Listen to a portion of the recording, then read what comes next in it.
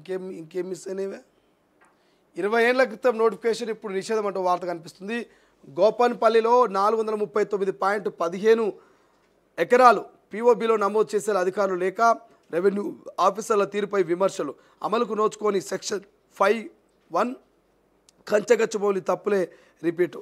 రంగారెడ్డి జిల్లా షేర్లింగంపల్లి మండలం గోపన్పల్లిలో 439 ఎకరాల భూసేకరణ అంశంపై అధికారులు వివరిస్తున్న తీరు వివాదాస్పదంగా మారుతున్నది. 20 ఏళ్ల క్రితం జారీ చేసిన భూసేకరణ నోటిఫికేషన్ ఆధారంగా సదరు భూములని పీఓబీలో నమోదు చేయాలంటూ ఇప్పుడు రాసిన లేఖ వివాదానికి కారణమవుతున్నది. భూసేకరణ చట్టం సెక్షన్ 5(1) ప్రకారం అవార్డు ఎంక్వైరీ పూర్తి చేయాలి. ఆ ప్రక్రియ మొదలు పెట్టకముందే పట్టాదారులు ప్లాట్ల యజమానులను భయపెట్టించారు. ప్రభుత్వ పెద్దల ఆమోదం తీసుకోకుండానే కొందరు అధికారులు ఏకపక్షంగా నిర్ణయం తీసుకున్నారనే అనుమానాలు వ్యక్తమవుతున్నాయి. ఇప్పటికే కంచగచ్చుబౌలి భూముల విషయంలో పెద్ద రాదాదం జరిగింది. కొందరు అధికారులు అత్యుత్సాహంతోనే ఇలా జరిగిందనే విమర్శలున్నాయి. ఇప్పుడు మళ్ళీ గోపన్పల్లి భూములు వ్యవహారంలోనూ కంచగచ్చుబౌలి తప్పులే రిపీట్ చేస్తున్నారనే అభిప్రాయాలు వ్యక్తమవుతున్నాయి. 20 ఏళ్ల క్రితం నోటిఫికేషన్ ప్రకారం గోపన్పల్లిలో 439.15 ఎకరాలను నిషేధిత జాబితాలో నమోదు చేయాలని నిర్ణయించాం. ఇది తాజాగా ఇచ్చిన భూసేకరణ నోటిఫికేషన్ కాదు, 20 ఏళ్ల క్రితం చేపట్టిన భూసేకరణ ప్రక్రియ అని షేర్లింగంపల్లికి సంబంధించినటువంటి అధికారులు చెప్తున్నారట. బట్ ఏదేమైనా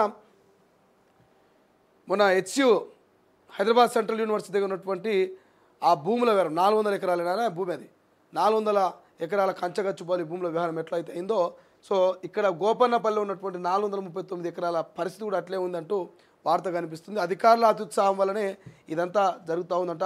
రెవెన్యూ ఆఫీసర్ల తీరుపై విమర్శలు వస్తున్నాయంట. కొంతమంది అధికారులు చేస్తున్నటువంటి పరిస్థితుల వల్ల ఇట్లా 20 ఏళ్ల నుంచి మరి నిషేధ జాబితాలో ఉన్నటువంటి భూమికి సంబంధించినటువంటి వార్త కనిపిస్తుంది. మరి దీన్ని ఎట్లా చక్కదిద్దుతారో తెలియదు, కానీ మరి సేమ్ కంచగచ్చుబౌలి ల్యాండ్లో ఎట్లయితే విమర్శలు ప్రతి విమర్శలు వచ్చినాయో సీన్ రిపీట్ అయిందో అట్లనే ఈ గోపన్నపల్లి భూమిలో కూడా మరి సేమ్ యాస్టిస్గా అధికారుల అత్యుత్సాహం వల్ల ఇబ్బందులు అవుతుందంటూ వార్త కనిపిస్తుంది. నమస్తే తెలంగాణ చూస్తే ఇంకేముంది, నమస్తే తెలంగాణలో ఆపోజిట్ సింధూరుకు సంబంధించి మల్లారెడ్డి కాలేజీల ప్రచారం తప్ప ఏం లేదు. ఒకసారి మనం పెట్టినటువంటి పోలు ఒకటి పెట్టినాం కదా, పోలు పెట్టినాం కదా మనం, ఆ పోలు గురించి ఒకసారి చదువుతాం. పోలు చూస్తే కాల్పుల విరమణ ఒప్పందాన్ని ఉల్లంఘించిన పాకిస్తాన్ ఏం చేయాలంటూ వార్త పెడితే అందులో 2100 మంది ఓటు చేస్తే 97 మంది అంటే 97% మంది యుద్ధంతో లేపేయాలంటున్నారు. ఒక 2-3% మంది మాత్రమే వదిలేయాలి, పోని పాపం బతకాలని కామెంట్ చేస్తున్నారు. సో ఇంకా కూడా మన తాన పాకిస్తాన్ మీద సానుభూతి చూపెట్టి ఉన్నారంటే వీళ్ళు ఎంత జాలిగుండే న్యాయం ఇది అనేది అర్థమవుతుంది నాకు. సో ఇది ఓవరాల్గా ఇవాళ మార్నింగ్ న్యూస్లో ఉన్నటువంటి మెయిన్ హైలైట్గా ఉన్నటువంటి టాపిక్స్ చెప్పే ప్రయత్నం చేసినా, దాని గురించి మనం డిస్కషన్ చేసుకునే ప్రయత్నం చేసినాం.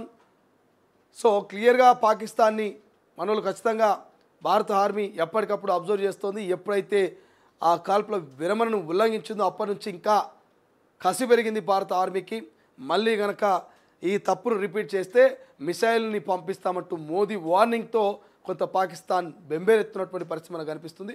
చూద్దాం భవిష్యత్తు ఏం జరుగుతుంది, ఆపరేషన్ సింధూర్ ఎక్కడ దాకపోతుంది.